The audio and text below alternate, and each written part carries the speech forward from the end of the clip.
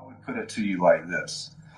If there's a dome, if we're in an enclosed system, does that not mean that there are a whole lot of variables that we don't know about that could affect the lights in the ceiling? Yeah, I can grant that. Yeah, I can grant that.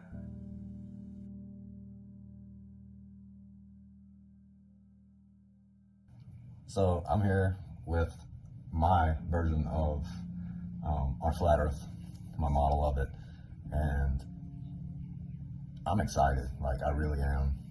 I'm like a kid, a young kid the night before Christmas, and have been for the past several hours. All I can say is I'm extremely humbled, because I believe what they just witnessed is not only what I've been saying for months now and claiming that the biblical cosmological model predicts it, but I was able to model it as well. And 2 days before today, I got my best version of the modeling so far, and it's only going to get better and better. And from what I'm seeing from the footage of the confirmed 24-hour Antarctic sun, which I've been saying for a while now that I would bet everything that we do see it, what I'm seeing, I'm not there, but what I'm seeing, it fits exactly what I can demonstrate within this model. Now, is this model perfect and exactly like the system that our creator created? No, but it is following the principles and the descriptions that he gives us in his word. And by doing that, I'm able to account for these phenomena. So I can account for the 24-hour sun exactly like they're seeing it. And when they see the 24-hour moon at the specific times, I can even tell you what times that would be. It's going to be this time of year, 2 weeks out of the year. They're going to see it from the first waxing crescent until the first quarter. They'll see it for those days, for 24 hours, circling with the sun in the sky. After first quarter, it'll pass the equator, headed towards Cancer. They won't see it until it gets back to third quarter, when it crosses back across the equator towards Capricorn. And they'll see the third quarter moon until no moon for 7 days. So they're going to see for 14 days, the first week of every month and the last week of every month, they'll see a 24-hour moon right now. In the winter time, the full moon, basically from first quarter moon until third quarter moon, those 14 days would be the days that they would see a 24-hour moon. And that's because the moon's moving between the tropics monthly, opposite to the sun. The sun moves between the tropics annually. So you only get the 24-hour sun at intervals annually, whereas the moon will swap back and forth 2 weeks at a time, depending on the time of year, whether it's winter or summer. So with this kaleidoscopic type system, what you get is an apparent view to the luminaries at all times. So what their sources are, we don't know for sure what the source is, but what we do know is the light we see is an apparent view to each viewer at all times. We're not seeing the physical object, the physical source itself. We see what appears to be a physical representation in an apparent position to us at all times.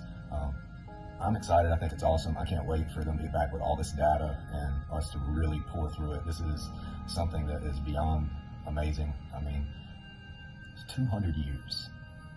This topic has been, at least 200 years, this topic has been completely swept under the rug, not talked about, and hidden. And right now, it is one of the biggest conversations out there. And it's only opening the door to truth, because we know we've been lied to on a massive scale. And we've got to relearn everything, and we're doing it. And the Creator's being faithful to give us revelation about His design and His realm and how it actually works. And that to me is just amazing. But in the system He created a cast metal mirror, a molting looking glass, or a bronze metal mirror that reflects heat in His description of His word.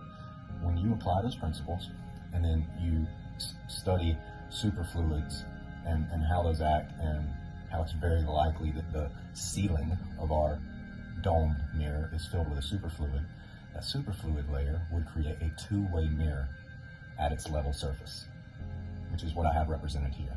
And when you do that, you get that exact same thing, where you have a source light coming in, and then from beneath, depending on your position on the realm, you see an apparent representation of that source light. And it's quite beautiful. It's actually spreads the light out so perfectly and evenly that it's an amazing creation. We know water's level. We know we need a container for gas pressure. We know we're not moving, that we're stationary. So all of those things, and we know that the sun's not 93 million miles away, a ball of mainly helium gas in a near perfect vacuum. We know so many different things that falsify the so-called heliocentric model. And some people say, well, it's not heliocentric, it's barycentric, whatever you want to call it. The model that we were all taught about, the wobbling, spinning, tilted space pair covered with water since birth, that is just pseudoscience nonsense, is ridiculous. So I'm excited. I am glad that Austin and Jaron and Lise and the others went down there to do this, because now we know for sure. There's no more, oh, well, this video is fake, this video is fake, it's edited here, it's edited there. We know. And we know we have a 24-hour sun. It's my stance that the biblical model predicted it ahead of time. If it hadn't predicted it ahead of time, I wouldn't have been able to model it ahead of time based on the assumptions and depictions given to us in Scripture. So I'm excited. I'm humbled by that. Like, to me, it's humbling that the Creator would give me the revelation to do that and the wisdom to do that. I feel completely unworthy, but at the same time, I'm so grateful that He chose me to reveal these things. People can say whatever they want about that. I don't care. I'm the only person in the world that's done it, as far as I know, and that's not a cocky, arrogant thing. I'm the only person in the world that has taken a physical model and showed how the 24-hour sun, anti-motion 24-hour sun, can work in this model around the entire perimeter of what we call the Antarctic ice wall. If you're far enough south, you're going to see that circling sun apparent to your position, and its position in the sky above you is just going to be relative to where you are. So flat Earth's not dead. You can't kill truth. The biblical model is the model because that's how the Creator made it. So I'm excited. I'm going to keep working. I've got so many plans to build several different versions of this, but this version here is like, I guess you would call it the prototype. So, you know, maybe in a few years we'll have Flat Earth 2.0 model that'll be even better. Plan on doing quite a bit, ordering quite a bit of stuff, fabricating some stuff. It's not cheap, it's time consuming, and it's fun. But all the glory goes to Jesus. He created this thing, He gives us revelation, He gives us the very breath that we breathe. Every breath that we take is saying His name, saying the name of the Father, the unspeakable name of God.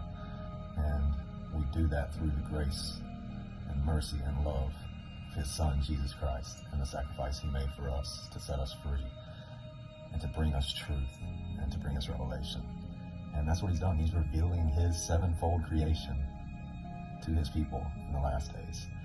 And, you know, there's going to be a lot of people that get deceived by this, by the way they're going to spin the results of the 24 hours on the globe side. I'm not saying the flat Earth side will do that. I think we're actually going to get evidence for flat Earth.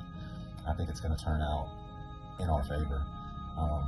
I can already kind of see how that's happening. The sun seemed to be higher in the sky than the globe predicted when they got down there. I even think that just a minute earlier when they confirmed it, that it seemed like it was still higher in the sky than it should have been, according to the globe predictions as far as the elevation angle of it. I could be wrong about that, but it doesn't matter because I can show it happening in this model. And from what I'm seeing of the sun in their footage, it's matching what I see when I do it in here. Now, that to me is just cool. So, flat Earth's not dead, people. You can't kill the truth. And I don't care what anybody says, it doesn't falsify the Gleason's map either, because with this kind of setup, put the Gleason's map under there, it works just fine. And it doesn't matter if Gleason said there was no 24-hour sun. That doesn't matter. What matters is, can we model it? Yes, we can model it. So if we can model it, then no one can say it's impossible. Now, if it was just a cartoon model, like the globe has, then yeah, they could say it's impossible. But a physical model, it's not a cartoon. So God bless. I'm excited. I'm happy. I'm probably not gonna sleep well tonight because I'm just stoked. And I will say this, regardless of the intentions or what people think the intentions are, this is just a historical moment. It really is. It's quite a moment in history, and I'm excited to have somewhat been a part of it. I would have loved to be there. That would just be awesome to have my telescopes and everything out there. But I feel like the guys out there, from what I can tell, they're getting good data. They're using good equipment. So it's just going to be good. Knowledge is good. Truth is good. God bless. Jeremiah 33:3, Proverbs 25:2, 1 John 1:9, John 3:16 and 17, Romans 8:28. It's not about religion. It's about knowing the Creator and His creation and being connected to Him through that. So God bless everybody. Flat Earth's not dead. We have a model. And it's only going to get better with time.